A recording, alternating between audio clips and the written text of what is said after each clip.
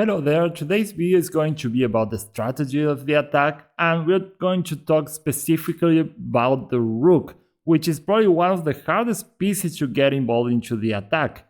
Normally because in the middle game there are a lot of pawns and rooks tend to need open files, and sometimes they do get them, but in many other occasions we still need to get them into play to attack the opponent's king, and we have to use other techniques. So today we're going to focus on one particular technique that we're going to see right now. The Rook Lift is a very important maneuver to get the rook involved in the attack. This is a game between Kasparov and Robert-Huebner, and Kasparov has a great attacking position, centralized knight, a bishop that with some tactics may get into e6 at some point with some sacrifice on f7 followed by bishop e6. This rook is indirectly involved too, thanks to the fact that it's on an open file, but still we need more.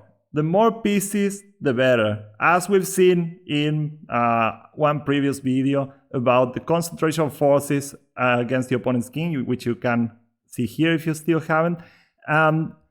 Kasparov found a way to get one more piece involved, and quite a strong one, by means of rook b3. Now, it might seem like queen h6 may be better, because h6 is open for us. Black's king side is quite weakened on the dark square especially, but it'll be a bit premature. Black could bring the queen and try to exchange. For example, after rook b3, the clear idea is to play rook h3 and use the h file. And now queen g7 or queen f4. And it's actually hard for the queen to stay here. If queen h4, queen f6, and we definitely don't want to exchange queens. So sending the queen first will just expose the queen to exchanges. At the same time, you might think, okay, we have the h file, but it kind of takes forever to try to exploit that file. If we play g3, king g2, rook h1, well, black, for example, could just start putting pressure on the center. If we go king g2 with the same idea, now knight f6, and it becomes quite tough to defend everything here on d4. And if you just continue with your idea because you want to come here anyway, there's rook takes c5, and the queen is hanging and the pawn is pinned. If you take, the queen is gone. And after queen h6, there's this very nice defense with rook h5 here. Excellent move, and the attack is completely stopped here after bishop takes, knight takes. Black has two pieces for the rook and nothing happens. So Kasparov found a way to bring one more piece without any commitment by means of the Rook Lift. We normally use the third rank. This is very normal. It's a very normal attacking device. And it so happens because normally there are pawns on the king side, and you can't really use open files there because they are not there, they are not open. So normally what you do is you jump in front of your own pawns using the third rank as a springboard, and you bring the rook to any of these squares, and well, suddenly your attack is reinforced by a lot.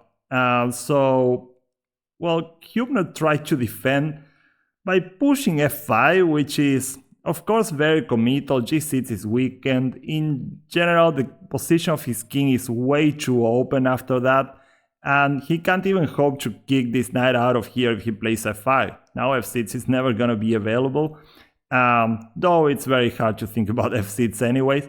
But there really wasn't any good solutions. For example, let's say black tries queen f6, and now we see the difference. Just making the rook join first allows white to go rook f3, queen g7, and tactics appear immediately. Knight takes f7, and we said that this bishop was actually taking part in the attack, and it's by tactical means that it does so. So if rook takes f7, bishop e6 with a huge pin on that poor rook on f7, and black is in terrible shape here. So let's go back a little bit. Queen f6 is,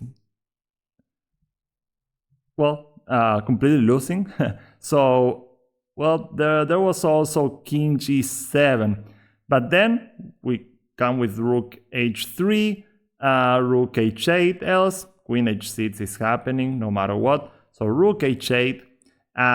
Then it becomes clear that the rook on the open file is going to be a very nice asset to just finish the game here. Rook takes, king takes, the queen comes with check.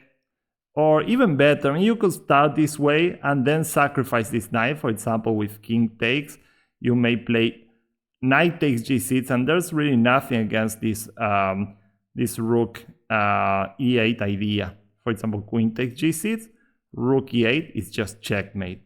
And if pawn takes c6, probably the best move is bishop e6 here. The queen is doing a great job taking away all the dark squares, the bishop does the rest. So this would be a checkmate pattern were it not for rook f7, but now queen takes g6, and then we pick up a rook with an overwhelming position. So, well, there were many ways to win in case this happened. Another very pretty variation is instead of jumping right in with queen h6, knight takes f7 with a fork between these two pieces. So if rook takes f7, queen h6 check, king g8, and then finally we get our rook check in. And after rook f8, the checkmate is forced. The bishop also enters the fray, and after queen takes c6, which is the only move, rook f7 is illegal, it's pinned. So if queen takes c6, finally rook takes f8 checkmate. So black is definitely not having fun here, we can say that much at this point. And the rook is the culprit. So after rook b3, now you get the idea of why Huebner tried to defend with f5, and there was more than one way to win. Turns out bishop takes, pawn takes, rook g3 was enough, though it's understandable that Kasparov probably saw rook g7. It's understandable that he didn't want to commit to this. I mean, he'll only have the queen and the knight to attack there, and there's a lot to calculate still. So he played a very human move that I really liked, by the way, this bishop d1. And he realizes he doesn't need to do anything rash here. Just rook g3 or rook h3 are just immense threats, and the bishop can jump into b3, pinning that knight on d5, so it becomes a useless piece for the defense. And black is so weak on the king side that there's really nothing he can do to defend any longer. For example, if he occupies the h file, the rook is not going to stay there for long. There's rook g3 attacking the pawn. And, well, either you go back to g7, which is clearly a waste of time, or knight e7, bishop b3 check, and every piece is intervening in this attack. Some threats involved, for example, king g7, probably we have knight f7 at that point with a fork against the rook and the queen. So yeah, it's pretty bad. Black played rook g7, trying to trying to anticipate white's idea, but then rook h3, which is white's goal anyway. Again, something like rook h7 will just result in an exchange. King takes, and at the very least there's this fork which wins material immediately. So queen takes b4, and black was counting on this move, but now Kasparov sees that he has a lot of pieces around, and he comes up with a beautiful idea, which goes to show how powerful the heavy pieces can be in an attack. He just leaves the rook hanging on e1, and black can take with check on e1, which looks well, quite threatening. The problem is that the king won't be able to withstand the pressure of all these pieces around.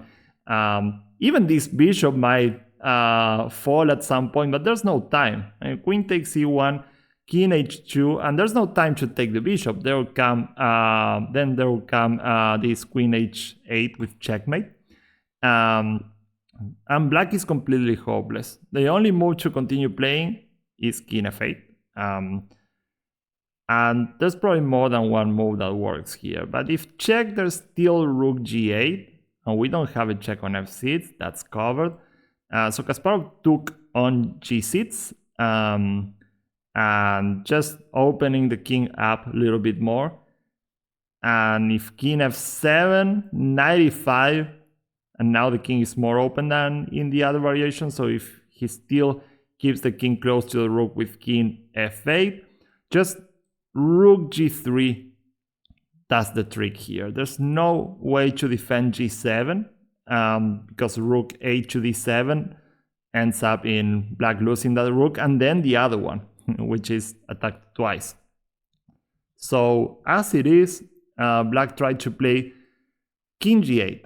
He tried this line, but that king is on its own against all of white's pieces. White has sacrificed the rook already, but he's picking this one up on d8 after the skewer. Queen h8, king f7, queen takes d8, and black resigns in this hopeless position because even though it doesn't seem to be the case, every single white piece is involved in this attack. And you might say, well, what about this bishop? Well, even this bishop might threaten to go to h5. For example, king takes g6 ends up being checkmated with bishop h5 check.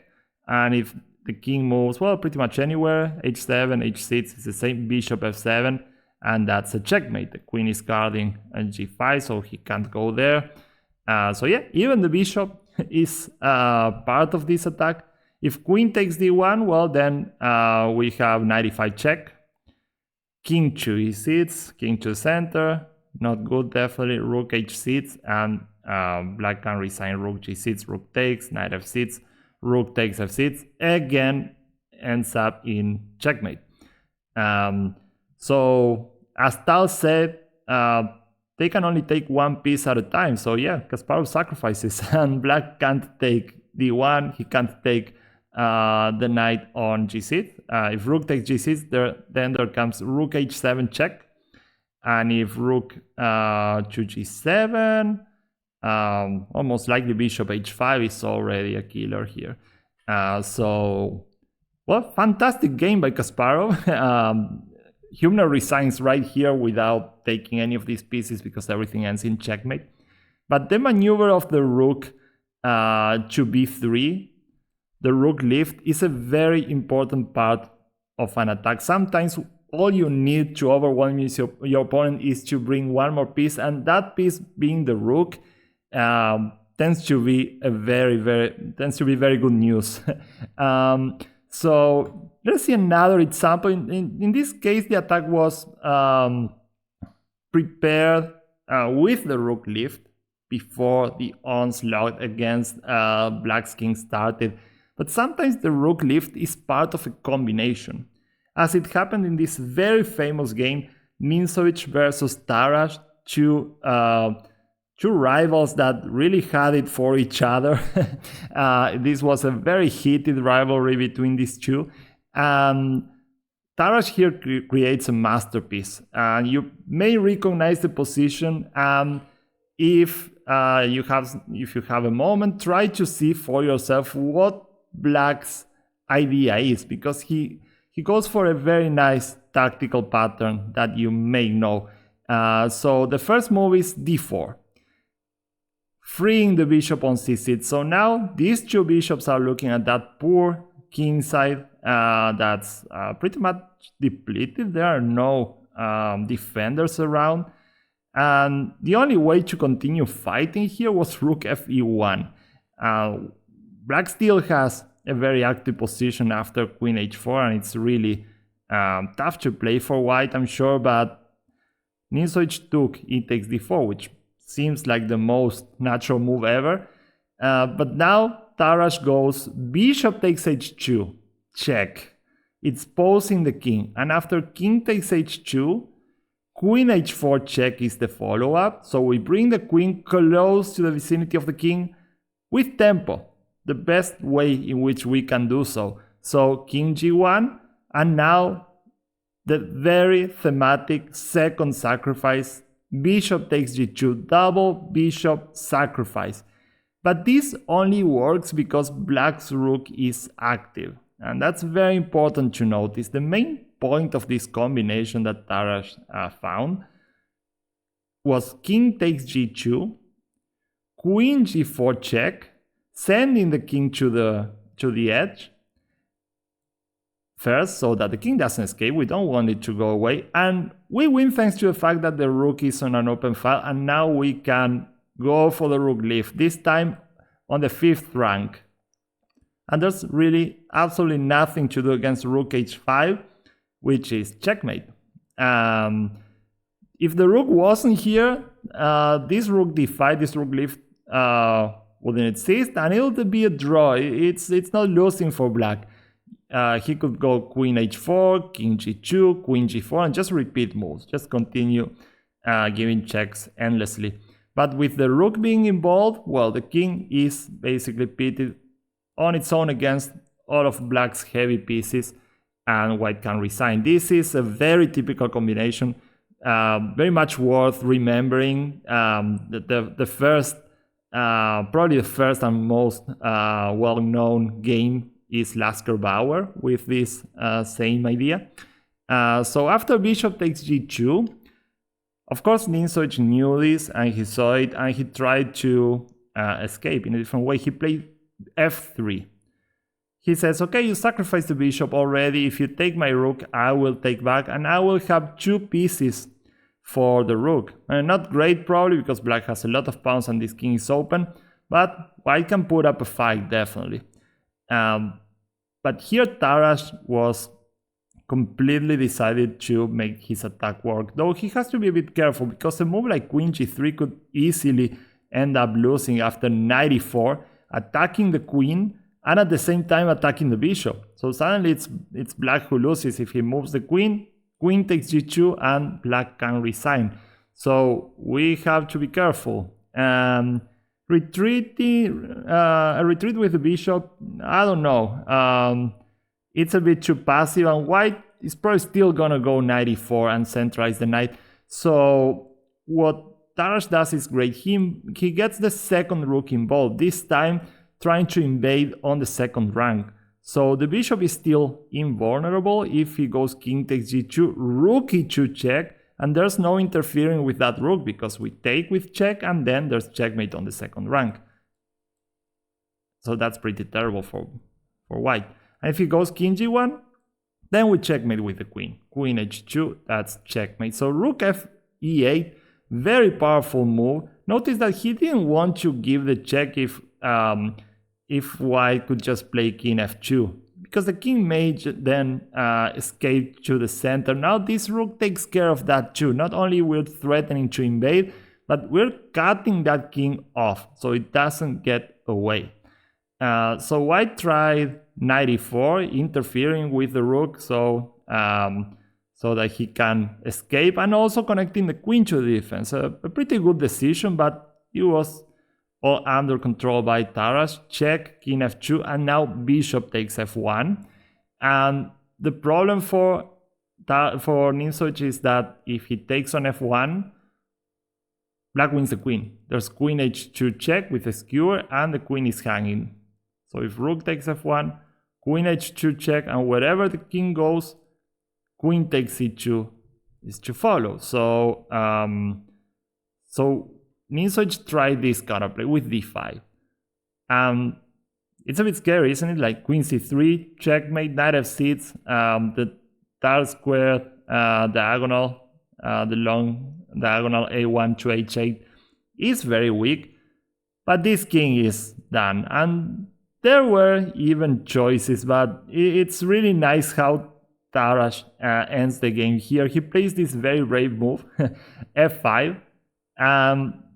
The only chance really for white is to go for the attack with queen c3, because if knight f6 check, king f7, knight takes e8, then we can check on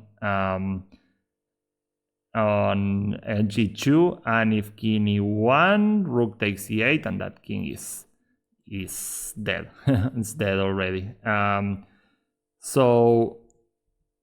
Or I guess we can even play rook takes e8, and it might even be easier. because the king is not going anywhere. In the other line, he may go to e3, but here we're checkmating basically. On g2, it's just checkmate because the king is cut. If rook takes f1, this doesn't win the queen, it's just checkmate this time around. And so that's probably even stronger, or at least easier to calculate. And well, white tries his last trick here with queen c3. And now there's more than one way to checkmate, but it's really nice, again, how Tarrasch gets the rooks involved. He plays queen g2 check. The king can't go back because of the checkmate on e2. So he has to go to the center. And now he plays rook takes e4, sacrificing one of the rooks. But the idea is to open files for the other rook to attack the king. And Tarrasch had seen very far here. After f takes e4, f4 check. That was his idea. King takes f4, rook f8 check, and the king has two ways of trying to escape. King f2 is just checkmate easily with queen f2. The king has nowhere to hide. So the king has to go into our own position. And it's very important when you calculate in these situations where the king is trying to run away that you keep in mind which squares you want to take away from him. And clearly we don't want him to escape through these seats, because then he can go to c6, c5, c7. So this check is essential. Queen h2 check, covering these seats, so we keep him on light squares. And now very beautiful checkmate into that Tarrasch had seen beforehand, which is pretty impressive, I have to say. Rook e8 check. If the king goes to f6, then the checkmate is queen h4 or queen f4. The king is on its own there, so that's checkmate. And if king d7, then there comes, as it happened in the game actually, bishop b5 checkmate. Wonderful checkmate. The bishop defends the rook takes away all the squares on the 8th rank, and the queen takes care of the other two. So impressive finish and a great display of how to use the rooks. The rook lift in this game was part of a combination. Rook d5 was the final move after the double bishop sacrifice, which is pretty common, and it tends to be a pattern that appears a lot. Thanks a lot for watching. If you like this video, please leave a like, and if you want more content like this, subscribe to my channel. I'll see you next time. Thanks a lot. Bye bye.